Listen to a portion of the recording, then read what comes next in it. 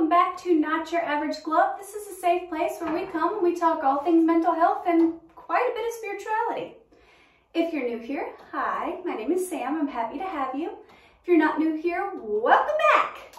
Today we're going to talk about twin flames, divine counterparts, that whole thing.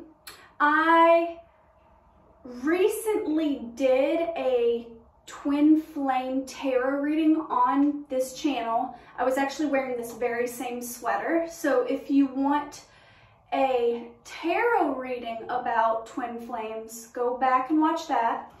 But I have been researching this topic for a few months now. I'm working on a project that involves the twin flame divine counterpart journey.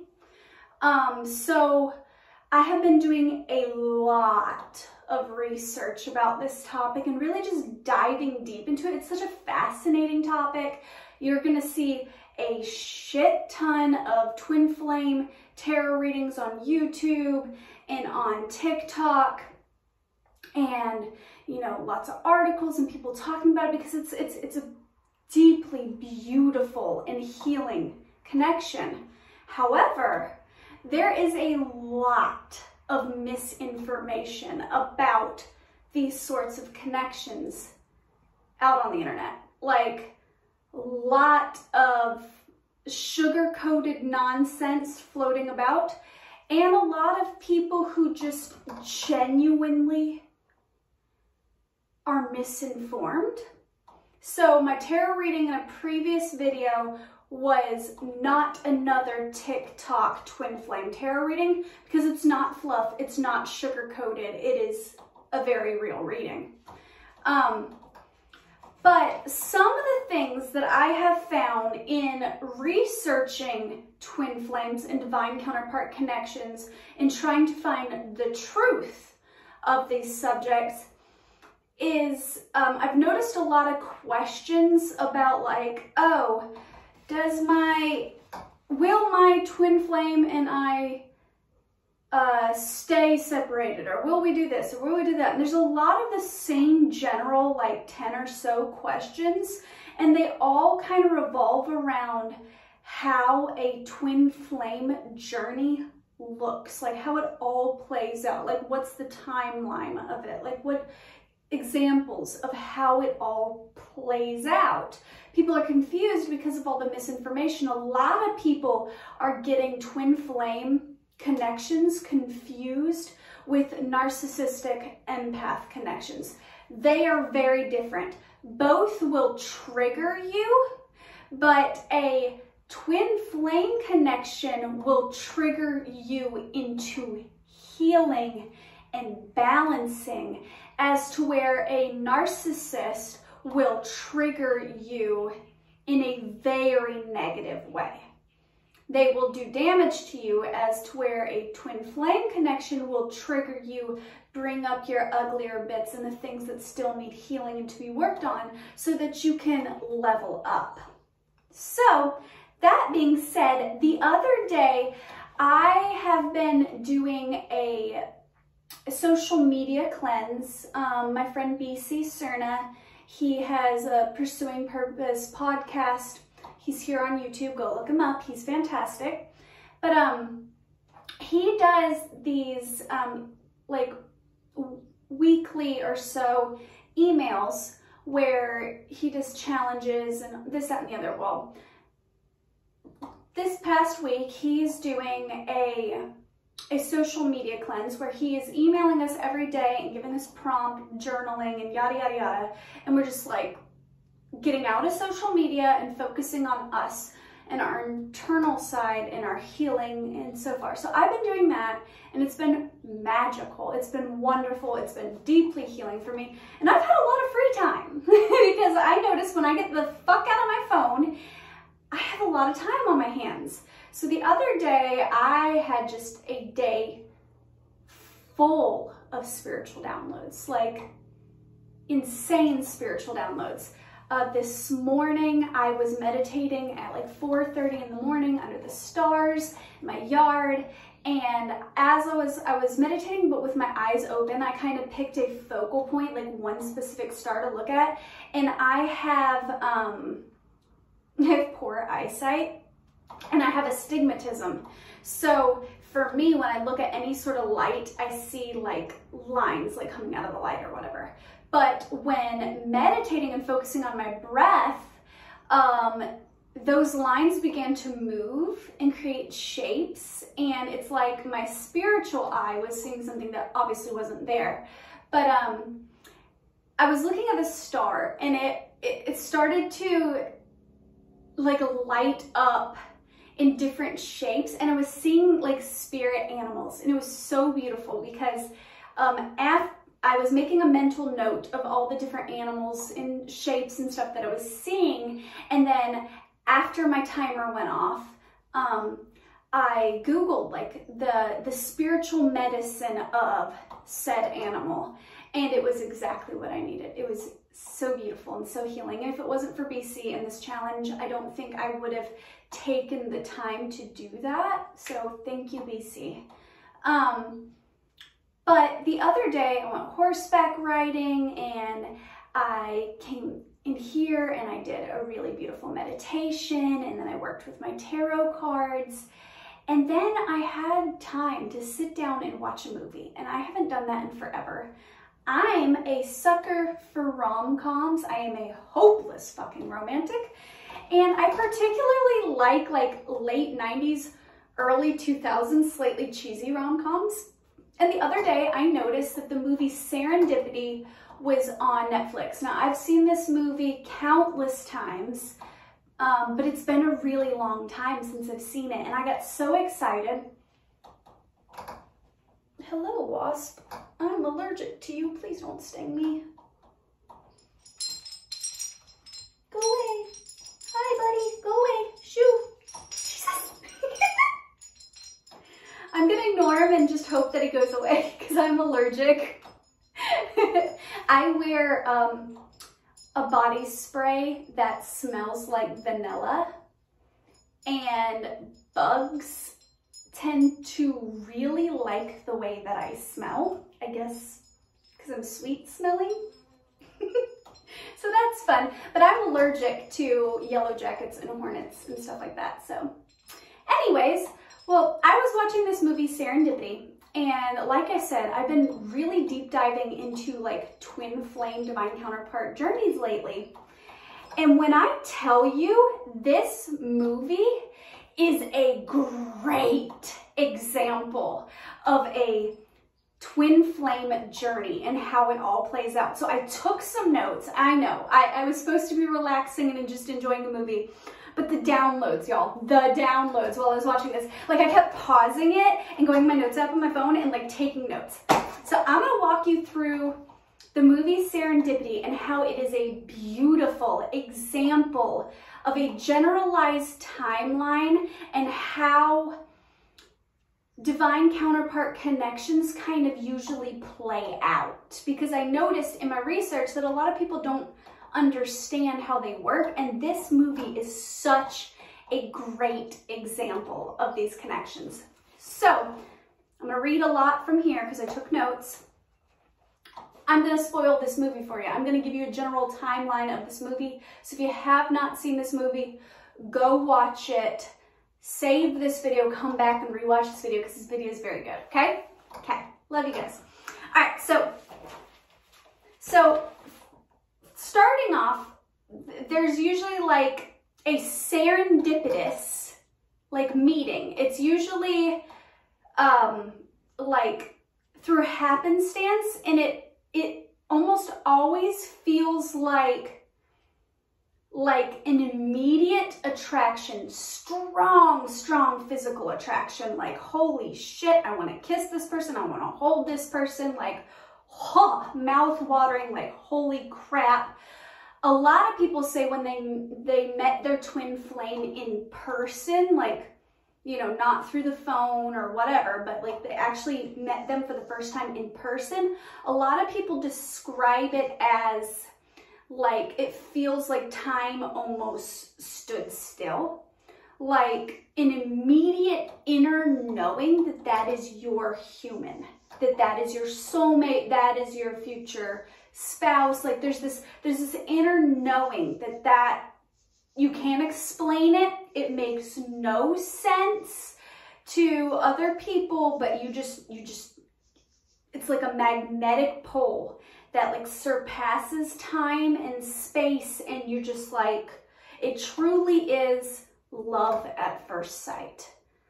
Like not just attraction. Now there's crazy physical attraction, but it's like your soul recognizes their soul. And for a second, it's almost like time, the universe, life, everything just comes to a halt for a second. And you're just fully present and fully aware of each other's energy. So in the movie, their meet cute was very, very lighthearted. They met each other because they were both trying to buy gloves for Christmas. And they both wanted gloves, and there was only one pair of gloves, and they're like, well, I want the gloves, and I want the gloves, and blah, blah, blah, blah, blah. And they meet, and they're like playfully bickering over these gloves, but there's a strong attraction to each other. So they end up going out to eat, and they're both with other people. They're both dating other people, but they feel like they're supposed to be together. So they're having this pull of morals and what's right and what's wrong. And it's like right person, wrong time. Like, oh my God, if I was single. Oh my God, if only. Like they want to kiss each other, they want to be together, but she's got a boyfriend, he's got a girlfriend, it just cannot happen. So that's usually what happens in a divine counterpart connection. It usually always feels like right person, wrong time, because the purpose of a twin flame connection is to trigger healing in one another. So when you first meet, you guys are gonna be polar fucking opposites. She is going to be representative of feminine energy. So she's going to be more spiritual, more intuitive, more romantic, more nurturing and motherly and soft, and have more faith in the unknown. He is going to be more stable, more grounded. He's going to might not necessarily at first believe in the spiritual realm, and this is depicted very wonderfully in this movie. Like, she's a hopeless romantic, she believes in fate and soulmates and everything else, and he's like, the fuck are you talking about? Like, he's intrigued and he wants to know more because of the strong magnetic connection that he has with her. But it almost seems like they're polar opposites. They're so not matched at all. Like, their connection makes no sense. He is very grounded in reality and 3D things, business, a plan. Like, he is very calculated, very realistic, and she is very dreamy, very flighty, very whimsical, because she is representative of feminine energy and he is representative of masculine energy. And the reason these two are so different is because they're meant to teach each other something. That is what a twin flame journey is all about. You are going to trigger a different perception of the world in your counterpart when you first meet. You're going to have a strong attraction, but it's going to seem like this could never work. Like, say, for example, for me, for example, okay? I am a tarot reader.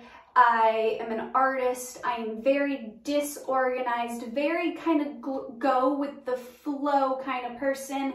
I'm very passionate and just kind of tend to trust my intuition a little bit more. Like if spirit says move, I'm gonna move.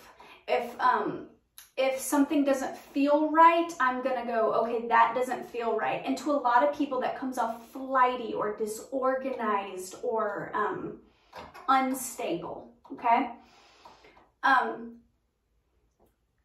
I'm not in union with my divine counterpart. I've never dated my divine counterpart. I've never had sex with them, so I can't speak from personal experience when it comes to the physical, but I have had 5D interactions with my divine counterpart. Like I've dreamt about them very vividly. I've spoken to their higher self in meditation. Like I've had 5D connections, but never 3D connections with mine. So I can't speak from personal experience, but I do know from my extensive research how this would pretty much play out.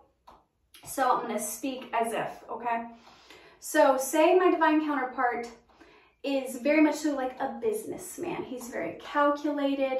He likes to have a plan. He's adventurous and he's passionate, and he might be a creative soul. Like you'll have things in common with one another, but a very different perception of life, and what's comfortable for you is going to be very uncomfortable for your divine counterpart. Like when you first meet each other, you might drive each other absolutely mad. Like, I don't even know why I like you. You're all over the place. Like you're all, you know, you believe in freaking magic, and I believe in what I can tangibly see, touch, taste, and feel. Like divine feminine energy tends to be way up in the spiritual realms. It tends to be the higher parts of the chakra system, as to where the masculine tends to be the lower half of the chakra system. You come together so you can bring balance and align one another. So for me, that is very true. My third eye, pretty freaking open. My crown pretty open, my heart chakra for the most part very open, but I struggle with my sacral and my root chakra. I struggle with being more grounded, and my divine counterpart might be the very opposite of that. Like they might be very rooted, very grounded. Their heart chakra is kind of somewhere in between, kind of like mine. And when we come together, we open each other's heart chakra, and he helps me become more stable and more grounded, and have more of a plan, more of a routine, more of a structure in my life. And I help him to believe in what he cannot physically see. I give him more faith. I help awaken his spiritual potential and his higher gifts, as to where he helps take all of my spiritual potential and all of my spiritual downloads, and helps ground it out into something physical. So he might be a master manifester when it comes to like money and finance and career and goals.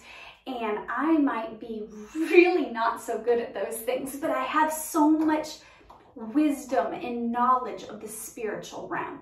Like that's a good illustration of the differences between the two. So in this movie, she is very romantic, believes in fate, believes in soulmates. He does not. So he is like, I know that you have a boyfriend. I know I have a girlfriend, but I feel like we should hook up. And she's like, no, no, no, no. If we're meant to be together, we will be together. Which she's right, because they weren't meant to be together then. If they would have been together right then and there, they probably would have broke up. That is very true of all twin flame connections. In the beginning, there has to be a separation, because that longing for one another creates growth. So it's actually important. It's hard, it's difficult, to be separated from your twin flame, especially if you're aware of who they are, because once you meet them, nobody will ever compare. Nobody will ever light you up and make you feel the way that they make you feel. It is insanity. It's like you're literally looking at your other half. So, but there's a separation at first because there has to be. It's necessary for growth. So they test each other's faith. This is depicted in the elevator scene. She says, I'm going to randomly go into this elevator, you're going to go into this elevator, and if we pick the same floor, press a random button. If we pick the same floor, we know that we're soulmates and we can be together right now. She goes into the elevator. She picks floor 23. He goes into the elevator. He hesitates for a little bit and he's overthinking it because he's more analytical. He's more calculated. She's more intuitive. She instantly goes for number 23. He's like trying to process of elimination. So he hesitates. He picks the same number. He picks 23 because they are meant to be together. But because of his hesitation, now more people get on his elevator, a father and a son, and the son's freaking ironically and hilariously dressed in a devil costume. He presses all the buttons. So now he has to wait to get to floor 23. She's sitting there, she's patiently waiting for him. She has faith. She just knows that he's gonna be there, right? She, before they get into the elevator, she throws him one of the gloves. She has a glove, he has a glove. And she's waiting. Well, she's sitting there and sitting there and sitting there, and he's having to go through floor, after floor, after floor, after floor, after floor, waiting, even though he did pick floor 23. Right person, wrong time. Usually the woman or the feminine energy, because masculine and feminine energy isn't necessarily about reproductive organs. It doesn't necessarily mean you have to have a vagina to be the divine feminine. It can be reversed or it could be same sex or whatever. But I'm just going to speak in terms of feminine she, masculine he, because it's just easier. But it does not have to be that way. You can be a same-sex couple. But anyways, usually the divine feminine will know before the divine masculine that they are meant to be together. Usually he will question it because she is more in tune with the spiritual realm. She will have more intuitive downloads, more dreams, more whatever. Usually she will know before he does, even though he feels it too. Because of his analytical side, he's going to question it. They're going to seem so unmatched, it doesn't make sense. They come from completely different worlds. They have completely different goals and dreams. That would never work in his mind, okay? So she gives up temporarily and she moves on about her life. Oh, I also forgot that she also, before the elevator scene or whatever, they were trying to test their love for one another. If it's meant to be fated, then they were going to be together and the universe would give them signs. And this is true. You'll see like 222, 1111, 333, 444, like synchronistic numbers. You'll see their name in random places. You will get signs when you're about to come into union with your divine counterpart. There'll be lots of signs. You'll see their name randomly. You'll see their picture on social media. People will be talking about them. You might walk past a stranger in public and out the corner of your eye, it looks like them, and then, like you'll see signs. You'll have dreams of them, yada, yada. So in order to test this theory, he wrote down his name and number on a $5 bill and bought something with it and said that, if later on in life, if you get this, $5 bill, then you're meant to be mine. She wrote her name and number in a book and then turned the book into a used bookstore. He knew that if he got that book with her name and number, that he was meant to call her and they were meant to be together. So then the elevator scene happens. Sorry, the garbage truck is here. They did the elevator scene. She gives up and she decides that for now it's, you know, she's just gonna believe in the sign that, because she believes in the spiritual signs, he believes more in what's right in front of him. So she's gonna take it as a sign that I guess we're not supposed to be together after all. He still is like, I gotta have her, you know, because for him it's a little bit more physical. So he's like, fuck, fuck, fuck, fuck, fuck. So he's still trying to chase her down the street and stuff, even though she's like, okay, she's more at peace with it. And this happens a lot in divine counterpart connections where she believes in it more strongly at first, but then she moves on because it doesn't seem like the universe or spirit is backing it up. So then she gets into a karmic connection and so does he. So, so then they both enter into, well, they stay with their karmic partners. They stay with who they are currently with. They don't hook up. They don't unite. And then they might break up, get into another relationship, break up, get into another relationship, but they don't end up together for a very long time. And this is because they have to go through their karma. They have to go through their cycles. They have to learn their spiritual lessons so that their souls can prepare themselves for union. So as time evolves, she becomes a little bit more realistic. She becomes a little bit more, in this movie, she becomes a little bit more pessimistic. It shows her in a therapy session. She apparently, as time goes, it's implied that she went to school to be a therapist and what have you. And she's in a therapy session and she's like telling the person that she's counseling that, you know, soulmates aren't real, blah, blah, blah, blah, blah, because time has shown her, I guess, to be more grounded in reality, so to speak. But in the back of her mind, there's always that, I wonder if, about him. He, on the other hand, is engaged to another woman, yada yada, but he still, every time he goes by a used bookstore, he's looking in the cover of the book to see if it's hers. He's starting to believe more in fate, in romance. He ends up getting engaged to another woman. He is more romantic. His heart has been softened a little bit.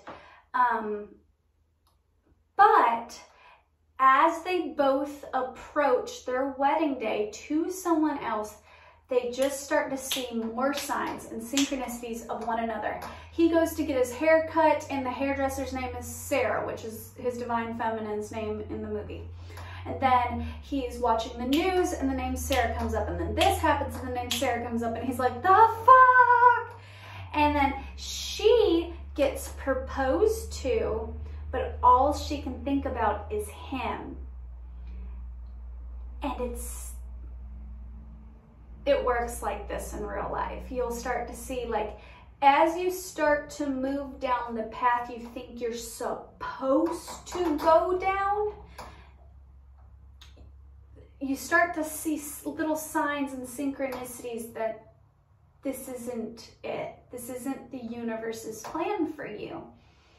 So it might be that you've already met your divine counterpart and you decide to settle for a karmic partner and they propose to you and you randomly think of your divine counterpart, or your wedding day approaches and you're just like, I cannot get this person out of my head. I have to know, what if I'm settling? You might move to try to get away from them. You might focus all of your attention on work or other areas of your life, different friendships, different relationships. But no matter what you do, no matter how much physical space you try to put between you and your divine counterpart, they will always be in your subconscious mind because they are what is fated for you. So that's what happens in this movie. They're approaching their wedding day and they cannot get out of each other's heads. So they both decide, roughly around the same timeline, okay, I'm going to find him. I'm going to find her. So he's checking all the books for her, and she goes back to New York, and she tricks her friend to go on a trip with her. And so he tells his friend, like, I gotta find her. She tells her friend, I gotta find him. And their friends think they have lost their fucking mind. And when I tell you, this is so fucking accurate in real life.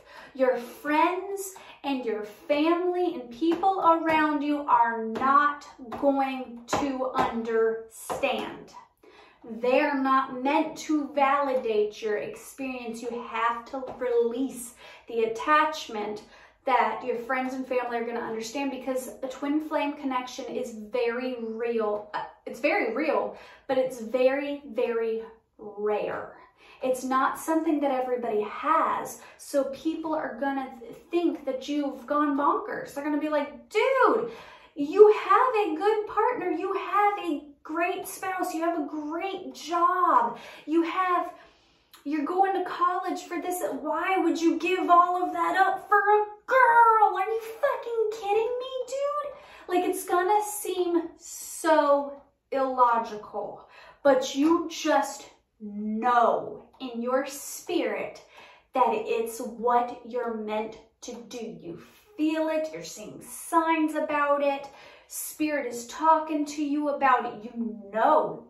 I don't know why, doesn't make any logical 3D tangible black and white sense, but twin flame connections are not logical. They're not tangible, they're not 3D. They are technicolored, weird, like Burning Man sort of experiences. It is a deeply spiritual thing.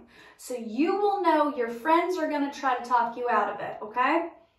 Your family's going to try to talk you out of it. It's not going to make sense to them. But then, just like in this movie, the more you are persistent that this is what you want, they're going to, true friends, true people who want what's best for you, will see through your actions and your faith in what they can't understand and what you rightfully don't understand either, but you feel so deeply. You're going to inspire that hope and that faith in them too. You're going to help them to believe in the unknown, in the spiritual. You're going to create a ripple effect for other people, and that's what happens in this movie. It's why this movie is such a beautiful example of this. So he goes looking for her, she goes looking for him, and as they're looking, their friends who were hesitant at first and thought they both had lost their fucking mind, they're now excited about it. They're now rooting for them too. They're like, holy shit, this is exciting. This is so cool. This is like something out of a book, something out of a movie. Oh my God, is this real? And then they start to believe in it too. Then something will happen where it'll trigger disbelief again, because there has to be that triggering for growth. They're looking for each other, but they still are with their karmic partners in this movie. They still haven't broken off their engagements. They're supposed to be married in a few days. But yet they're looking for one another. And this is how this usually plays out in real life too. It's insane how accurate this movie was. So you might find yourself deeply desiring this person and even making moves towards this person. And it feels a little sneaky. It feels a little wrong. And you might battle with your morals. You might be like, oh my God, like I should not be emailing this person, or I should not be looking at their pictures, or I should not be missing them or reminiscing or dreaming about them, or this is not it's not PG, but you might have very vivid dreams and you might, like, you know, get a little spicy with it, you know? You might masturbate to the idea of them, and there might be an inner conflict because there'll be what you spiritually feel is the right path for you at battle with what makes the most sense. Your heart and your mind are going to beef it out, okay? This is what you need for your growth. It's important that this happens, okay? Twin flame connections are far more about the journey than they are about the actual union. The union is fucking wonderful, but it's far more important the journey along the way. It's a beautiful experience. It's a triggering and frustrating, and God, it's maddening, the experience, okay? So their friends start to believe in it, and then she's at the restaurant Serendipity, which is right next to a bridal store, right? She leaves the restaurant. She feels, she's following her intuitive hit. She's like, I feel like we should go here. So she goes there. And then like they'll be walking around the same path or whatever, and she'll feel his presence. And when I tell you, I have experienced this firsthand, even though I have not met my divine counterpart, I have experienced firsthand, and it's unexplainable. It's weird. It's almost like a ghost. Like you'll be walking at a place or something, and it's like you feel their presence. It's like you know that they've either walked that street and been in that exact same place before, or at that exact same moment they're thinking of you too. It's weird. I know it makes no logical sense, but until you've experienced it, it's real. So she's feeling that, he's feeling that. She goes to the golf course. There's a bench. He was earlier at that bench and stuck his gum on the back of the bench, which by the way is fucking disgusting. She sits on the bench later, accidentally touches his gum and is like, ew. But they're like so connected. Their paths are overlapping each other. And a lot of times when twin flames actually do unite and end up together and actually are a couple, they'll be looking through their old photo albums and stuff and find out that they have like a mutual friend in common, or they went to the same school, or they were actually in the same kindergarten class, but they don't remember each other, and they grew up and they went to different parts of the world. Like their paths will be weirdly overlapped, but they won't be able to truly unite until later on. And most of the time, they won't be aware of how overlapped their paths are until later. This is a common theme I found within my research. I don't know why, but it's a very common theme. I can't tell you how many articles and stuff I've read where this person's like, yeah, I ended up with my husband, and then I found out that my grandmother is his best friend's cousin something, and we actually like when I was 12 and he was 8 or something, we went to the same theme park and stuff, and he's actually in the background of this picture. And like it's a weird phenomenon that happens with twin flames. Like your paths will be weirdly overlapped, okay? So you might have friends in common, you might like, it's a weird phenomenon that happens, and that is prevalent in this movie. So that's happening. And then he finally tracks her down. He's pretty much stalked her at this point. He got his friends involved in stalking her and helping her. That'll often happen because the divine masculine is more calculated. She trusts more of her intuitive hits. Let's go here. I feel like he's here. He's more calculated, more analytical. So he's like, well, let's come up with a perfect plan. Let's stalk her. Let's figure out what's going on. So he's like, it might play out that like he's looking at her social media, getting his friends involved. We'll see what she's doing, see what's happening. Is she dating somebody? Is she doing this? Is she doing that? And she's more like, I feel like such and such. And he's more like plan, plan, plan. Feminine, masculine energy. That's just how it works, okay? So they finally track each other down. And comes to find out, or at least he sees it as she is with her karmic, and what he doesn't know is in the scene in the movie she's having sex with her boyfriend. What he doesn't know is that was breakup sex, so she actually ends up breaking up with him and decides that she's now going to move on. But he needed that triggering and that jealousy to illuminate the fact that he doesn't want his fiance. He doesn't want his karmic partner. So then there's this inner knowing that even though they cannot be together, they also are not happy and satisfied with their karmic. So they trigger a breakup with their karmic. In this particular movie, they're standing in the yard. He's going to knock on her door. They see through the window that she's having sex with her boyfriend or whatever. It's actually breakup sex, but they don't know that. He falls to the ground. He's super upset. And his best friend looks at him and he says something along the lines of, hold on, I wrote it down. His best friend says to him, "Didn't she say everything happens for a reason? Maybe we are laying here because you don't want to be standing somewhere else." Because he's meant to be marrying his fiance the next day, and he's laying in the grass, upset, crying over the other girl.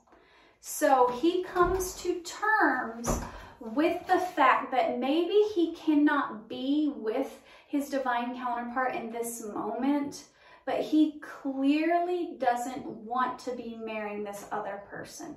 So this hurt, this triggering, this wounding, this jealousy actually illuminates the fact that he's not on the right path. This isn't the path he's supposed to be on. Now he's confused. He's like, well, it doesn't seem like I'm supposed to be with my divine counterpart either. But I know now that I'm not supposed to be marrying this girl, even though she's a sweet person, even though she loves me, she cares about me. So he breaks things off with his fiance. What he doesn't know is behind the scenes that was breakup sex with her karmic. So she then goes the next day, she finds out that he's getting married. So she goes to the wedding because she's like, fuck, I gotta stop him from marrying her. So she shows up to the wedding and she finds out that he's broken off the wedding. She's like, fuck yeah! I broke up with my karmic, he's broken up with his karmic, we can now unite. And they do. They end up happily ever after. The end.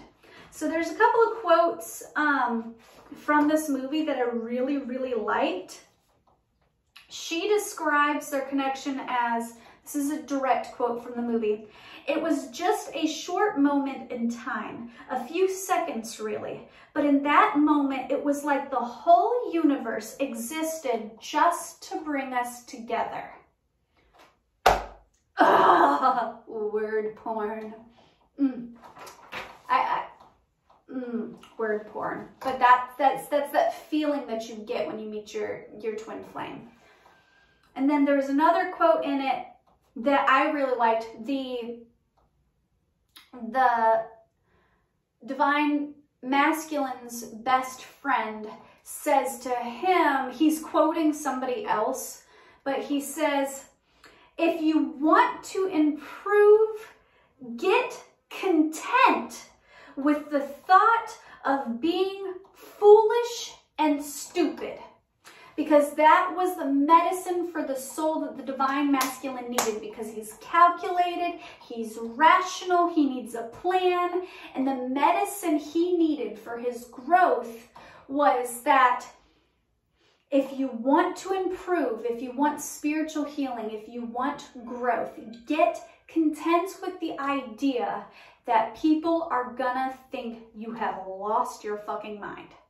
So I don't know who needs to hear that, but I specifically wrote down those two quotes, even though they weren't necessarily a part of the timeline, but I wrote down those two quotes because I feel like somebody needed to hear that today. So if you're a divine masculine watching this video, get content with the idea that people are gonna think you've lost your fucking mind. So maybe you have a really good job. Maybe it seems like everything's going well for you. Maybe you have a karmic partner and they seem like a really good person. They seem good for you. but you have this other person that you're just head over heels in love with. The two quotes that come to mind are get content with the idea of feeling stupid. People are gonna be like, dude, you've lost your fucking mind, okay? And also the quote of, fuck, I just forgot it. Also the quote of, I cannot for the life of me remember it now. I guess it wasn't meant for you. Okay, so I'm gonna do some quick cards. None of these are tarot, so this should be really quick and easy, but I wanna get some advice for those watching this. If you're watching this, it's probably because you believe that you have a divine counterpart or a twin flame. If you believe that, go ahead and watch my other video. Like I said, I'm wearing this sweater in the other video because I believe there's messages for you in that video. But I'm going to give you some quick advice on how you can, I don't want to say fast forward this connection, like, because I know that if you're watching this, you want to unite with your twin flame. You don't want to unite with your divine counterpart. But you can't really fast forward the process. You have to go through the entire journey. You have to go through the imbalance. You have to go through the triggering. You have to go through the karmic cycles, because that's going to help the divine masculine become more spiritually aware, and it's going to help the divine feminine be more grounded. Because when you're together, you are a power couple that sparks a great change and a ripple effect in other people. That's the entire point. It's not just about you guys having this epic, beautiful romance. The reason you have a divine counterpart is because you are star seeds, you are light workers, you are healers, and there's a better purpose. So it might be that you are meant to collaborate on a project, like writing a book together or filming a video together, or there's a higher goal of when you unite. It's not just to get married and make babies and all that stuff. And yes, you might do all of that, okay? But the universe's plan for your connection is to spark a ripple effect for other people for their healing. So, okay, so the thing you need to do is this, the first card that came out is fall into my arms, surrender, holding opposites, extremes of life. Okay, that was in reverse. So the person watching this video, you might very much so be in the beginning stages of this, where you are very much so focused on your differences with your person. You might very much so be in that mindset of, we can't be together, we're too different from one another.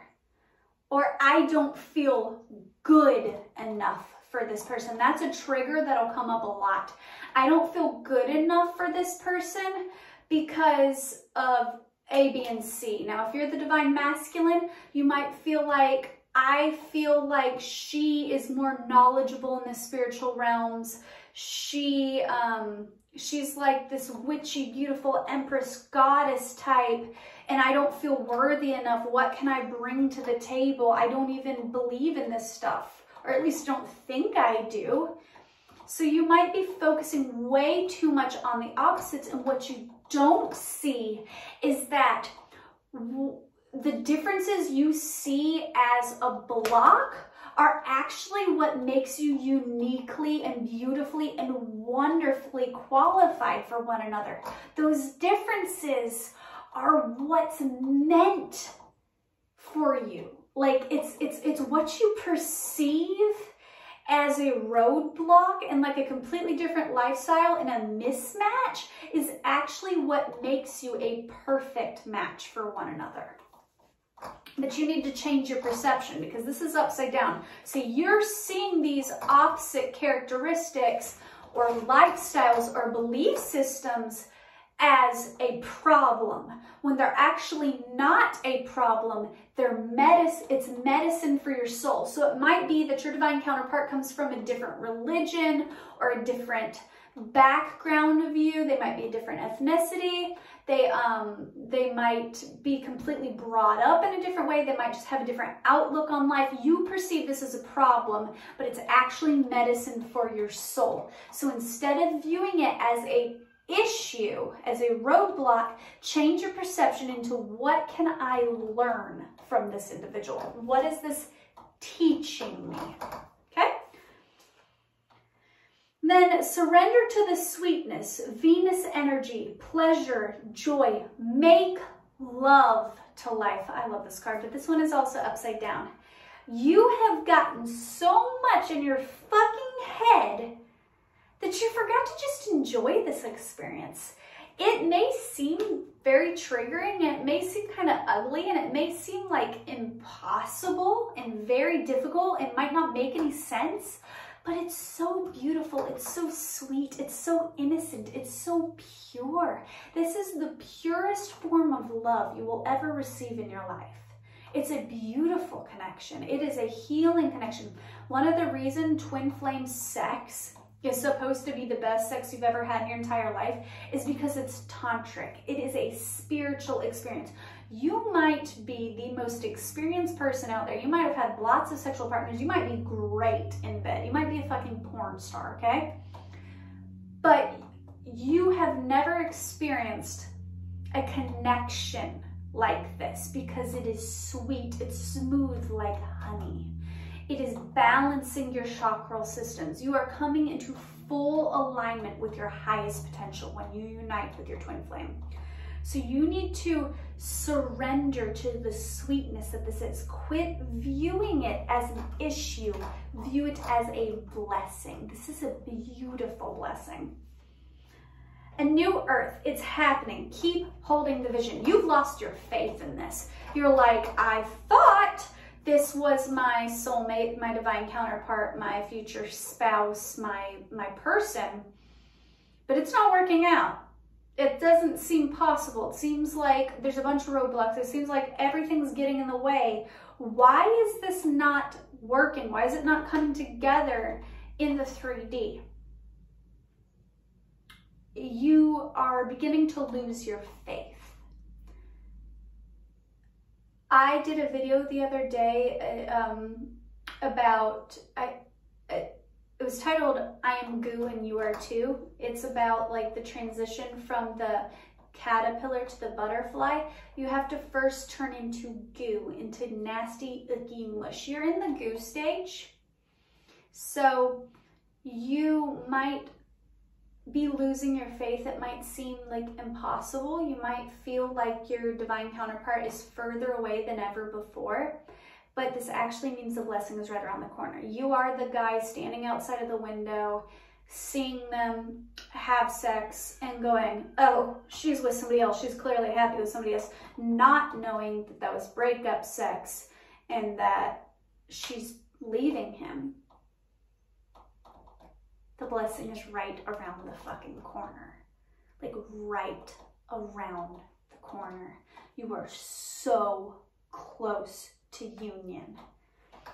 So I want to do some astrological cards. What energy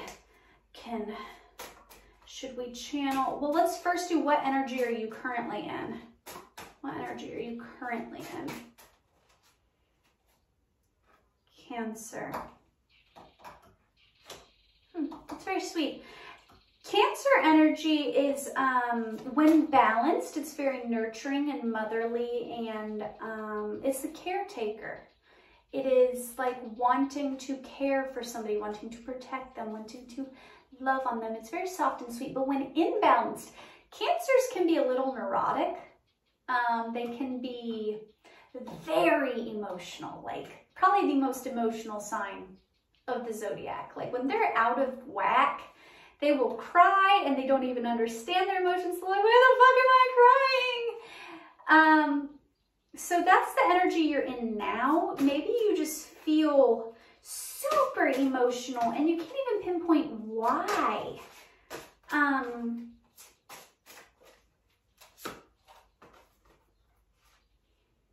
Ooh, Aries and Venus. Okay, so I as I was shuffling again, I was asking what energy do you need to step into?